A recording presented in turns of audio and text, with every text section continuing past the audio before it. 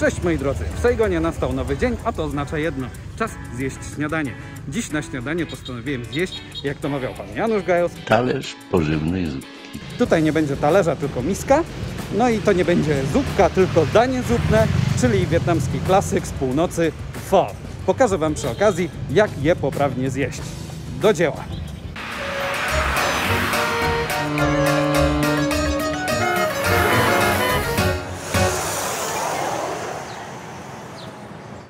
Jestem już w knajpie z pho. Zamówiłem sobie jedną z moich ulubionych wersji pho, czyli pho Thailand. Thailand znaczy, że Thai to jest mięso wołowe krwiste, czyli mięso wołowe krwiste. Lan toczyć się, kulać się, czyli po prostu mięso krwiste, obsmażone na łoku, na bardzo, bardzo gorącym łoku, na dużym ogniu. Łok musi być odpowiednio stary i przepalony, wtedy jest najlepszy. Wiecie, lekarze powiedzą, że nie należy z takiego łoka jeść zbyt dużo jedzenia, ponieważ nie jest to dobre dla zdrowia, ale jak się chce zjeść coś dobrego, no to czasem trzeba się poświęcić. A więc moi drodzy, jak poprawnie zjeść wietnamskie pho? Pokażę wam dzisiaj dwa sposoby. Jeden taki super sophisticated, high class i w ogóle, a drugi taki zwykły uliczny. Zwykły uliczny pewnie znacie, bez bardzo instynktowny, a według tego high class to jedzono w takich lepszych hanojskich domach w stolicy. Teraz moi drodzy, po pierwsze, żeby pokazać wam, jak to wszystko zjeść, to muszę wam pokazać, co zjeść. Tu jest moje pho Thailand. Widzicie, jest szczypior przesmażony na łoku, cebulka dymka w sensie. Jest mięso wołowe przesmażone na łoku. Tutaj bardzo tłusty wywar. Jak widzicie, oka pływają, czyli musi być dobre. Teraz moi drodzy, zobaczcie. W knajpach z północy, czyli taka jak ta, jest zawsze pierwsze co? To sos chili. Tylko sos chili tutaj jest robiony domowym sposobem. Zobaczcie, on wygląda inaczej niż te supermarketowe. Sobie rozprowadzam bardzo równo po całej powierzchni miski. Widzicie? Jest taki mniej pomarańczowo-czerwonowo-kolorowy, krwisty, a jest taki bardziej pomarańczowy, czyli w kolorze takiego zdrowego chili. Teraz moi drodzy, tak. Kolejnym elementem, którego nie można opuścić, jest limonka. Tutaj jest limonka i jest chili. Chili jest dla hardkorowców. Ja nie jest aż takim hardkorowcem to nie jestem, więc biorę tylko limonkę.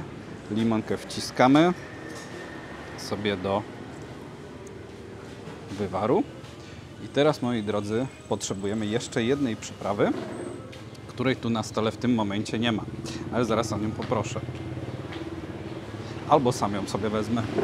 Tutaj, moi drodzy, jest już czosnek. Czosnek w zalewie octowej, czyli czosnek w occie po prostu. Tu już dużo czosnku nie zostało, ale musicie mi uwierzyć, ja przyszedłem dzisiaj dość późno. Jest czosnek, ocet ryżowy, dlatego taki mętny. W każdym razie, jak zobaczycie ocet z czosnkiem, to będziecie mieli prawdopodobieństwo 85%, że knajpa jest prowadzona przez Wietnamczyków z północy. I teraz jak to już mamy dodane, to należy sobie zabrać łyżkę. Widzicie, łyżka jest taka z płaskim spodem, bardzo szeroka. A po co? To zobaczycie za chwilę. W każdym razie przygotuję się do jedzenia i już tłumaczę całą resztę. No i teraz, moi drodzy, wlewamy trochę octu, trochę czosnku. Ja lubię akurat dość kwaśne, dlatego jest tego całkiem sporo. Jak to w każdym szanującym się kraju Azji, jak jemy zupę, czyli nie zupę, tylko danie zupne, to jemy ją łyżką i pałeczkami. Więc tutaj trzeba tak wybrać wszystko, co gęste, zjeść, popijać wywarem w czasie trwania tej całej operacji, ale zostawić trochę wywaru na końcu, ponieważ najważniejszą częścią dania nie jest ten wywar, nie jest bulion, tylko jest to wszystko, co treściwe. Bulion jest tylko po to, żeby dodać sobie jeszcze trochę więcej mikroelementów, wody, no bo przecież tutaj szybko odwadniamy w tropikach, i smaku, bo niesie ze sobą cały aromat. A teraz, moi drodzy, konsumpcja. Żeby poprawnie zjeść pho, najpierw trzeba wszystko sobie wymieszać. To wymieszać jak najbardziej żeby sos chili się zwłaszcza rozprowadził, ale też cała reszta składników, cała reszta przypraw.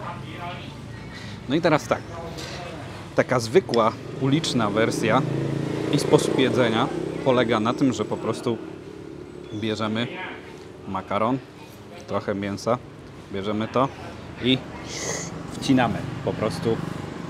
Także wiem. I to jest ok. Tak się je na co dzień. Nikt nie ma o to pretensji. Jeszcze jak się siorbie przy okazji, to znaczy, że jest dobra. Ale jak chcecie zjeść tak bardziej fancy, po starowietnamsku, starohanojsku, to trzeba to sobie zrobić tak. Bierzemy łyżkę, nakładamy trochę makaronu na łyżkę. Po to właśnie ta łyżka ma takie płaskie dno, żeby dobrze trzymała makaron, bo to są łyżki specjalnie pod dania zupne, dania makaronowe. Teraz tak, bierzemy trochę mięsa, trochę wywaru i teraz może jeszcze raz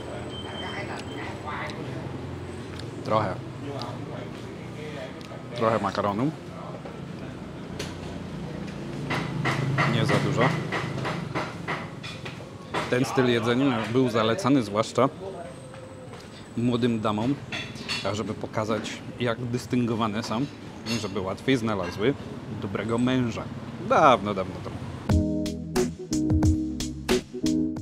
No, a zatem najważniejsza część konsumpcji za mną. Wszystko, co gęste z wywaru zostało wyjedzone. I teraz zobaczcie, ile tego dobrego wywaru by się zmarnowało, gdybym po prostu zatrzymał konsumpcję w tym momencie.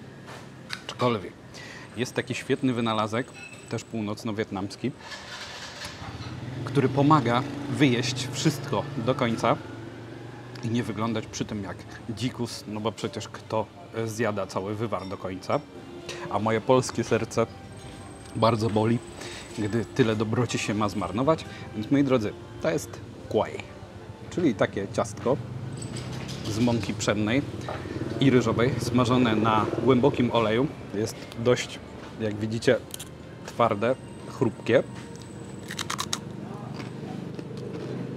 Jest ok, ale to nie jest najlepszy sposób jedzenia tego. Najlepszy sposób jedzenia tego to jest wrzucić sobie to wszystko do wywaru, do zupy, połamać, ponieważ połamane szybciej wpija wodę i te ciastka teraz sobie wpiją całą esencję wywaru.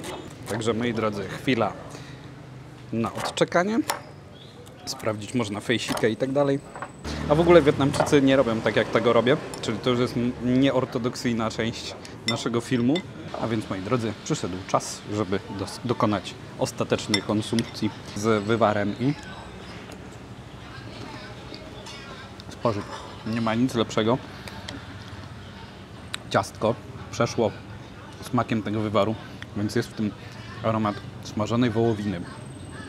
Jest w nim aromat pieprzu, jest w nim aromat wszystkich innych przypraw, imbiru, jest w nim aromat cynamonu i wszystkiego innego, czym przyprawiane jest pho.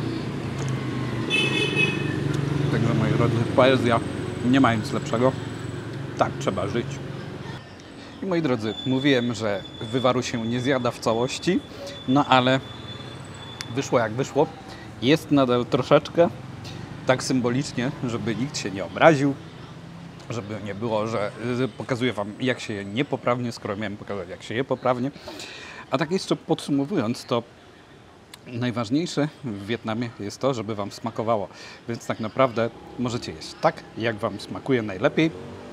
Przyprawy są zawsze na wyciągnięcie ręki. Zioła też zresztą. To jest tutaj akurat tak dla ludzi z południa. Teraz w Hanoi też już się podaje bardzo często zioła, ale one raczej są takim wynalazkiem tutaj, który przyszedł z południa. No po prostu, żeby nie było, że północ gorsza, no to na północ też się podaje. Teraz została ostatnia rzecz, której już Wam nie pokażę, bo to jest zbyt osobista część jedzenia. Stosuje się tutaj w Wietnamie wykałaczki po jedzeniu. No, a tego nie chcecie oglądać, także do zobaczenia za chwilę. Moi drodzy, z pełnym brzuchem, pełen energii mogę już jechać do biura, żeby pracować ciężko cały dzień. Dzięki za uwagę. Jeśli Wam się podobało, dajcie łapkę w górę, zasubskrybujcie kanał, żeby nie przegapić następnych ciekawych produkcji. Dzięki za dziś i do zobaczenia. Cześć!